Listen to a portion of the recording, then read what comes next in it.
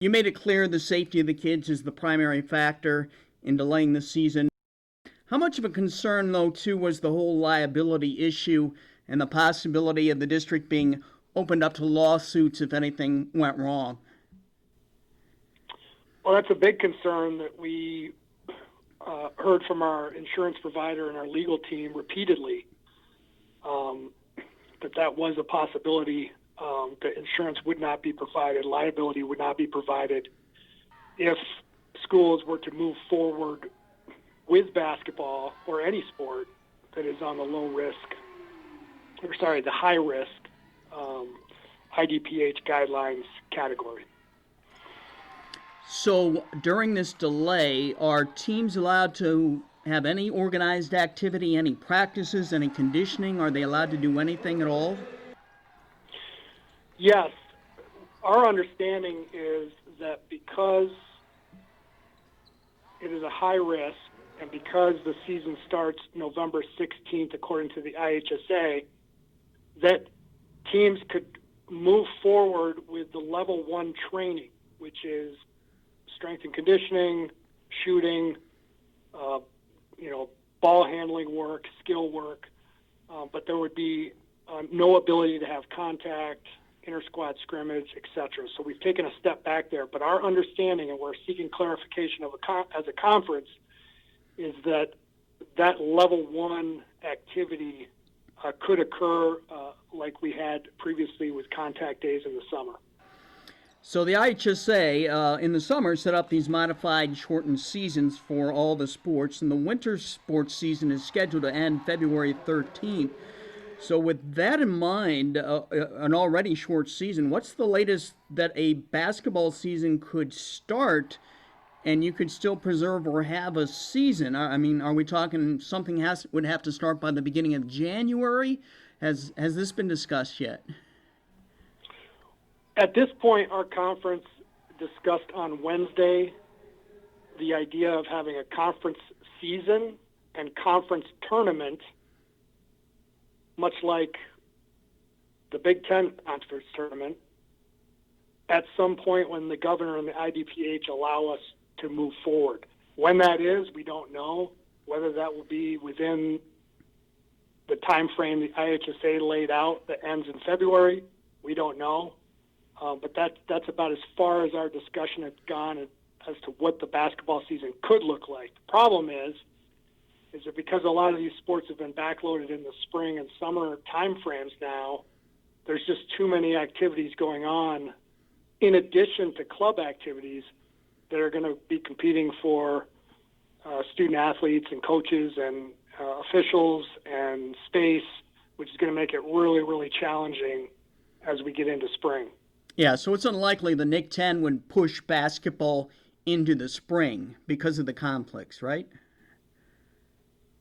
Well, we don't know. I mean, we want to provide an opportunity, but we don't know when that availability is going to happen. And so we just don't know the timeline at this point. We started discussing the importance of trying to figure out a timeline, and that's where we're trying to get some answers that'll help us as a conference decide the best way to move forward, at least theoretically, at this time. So really the key to starting a season is going to be based on what the governor and the Illinois Department of Public Health ultimately state? Is that basically going to be the key? Yes, that has been the key all throughout.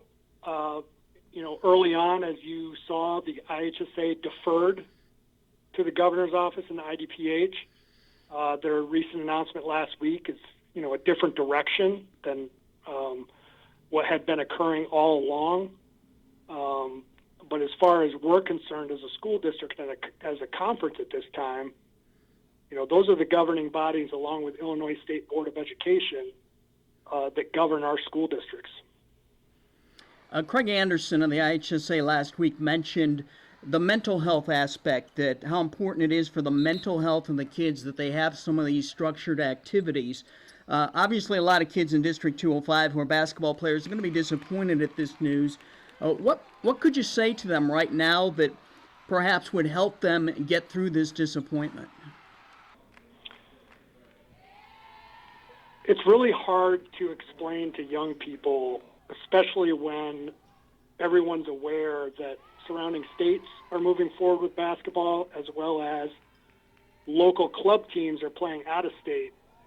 And so there's opportunities that are occurring, and so how do you explain to young people that those opportunities can't occur here? That's very difficult. Our main priority now is to try to figure out a way to keep our student athletes engaged, even at that level one availability in terms of restrictions, to be able to strengthen condition, to be able to work on skill work, because mental health is extremely important.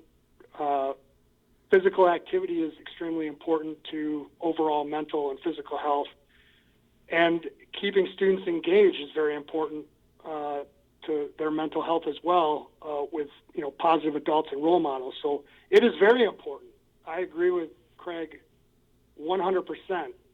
The problem becomes, how does that weigh against the risk of a global pandemic and what the governor's office and the IDPH and ISBE are recommending? So I was going to ask you about the engagement factor, because I know some coaches are concerned that they might lose some kids, or kids will stop showing up to school or taking classes virtually, but that's where these level one practices become so important, as you just expressed, right? That's why it's important maybe to keep these going if possible. Absolutely. That was a large part of my conversations after the decision had been made, was what can we do as a district that can continue to provide these opportunities to keep our young people involved as best as possible. And so those are conversations I had with coaches today, with our deputy superintendent, Dr. Vosberg, as well as a couple principals, just to start figuring out what the best possible scenario moving forward would be to keep our young people engaged as much as possible who are affiliated with the sport of basketball. Fortunately, we have several other sports that are approved and the government agencies, the governing bodies agree on, that are low risk, or at least modified to low risk. So we do continue to have opportunities that we're going to move forward with as a district and as a conference.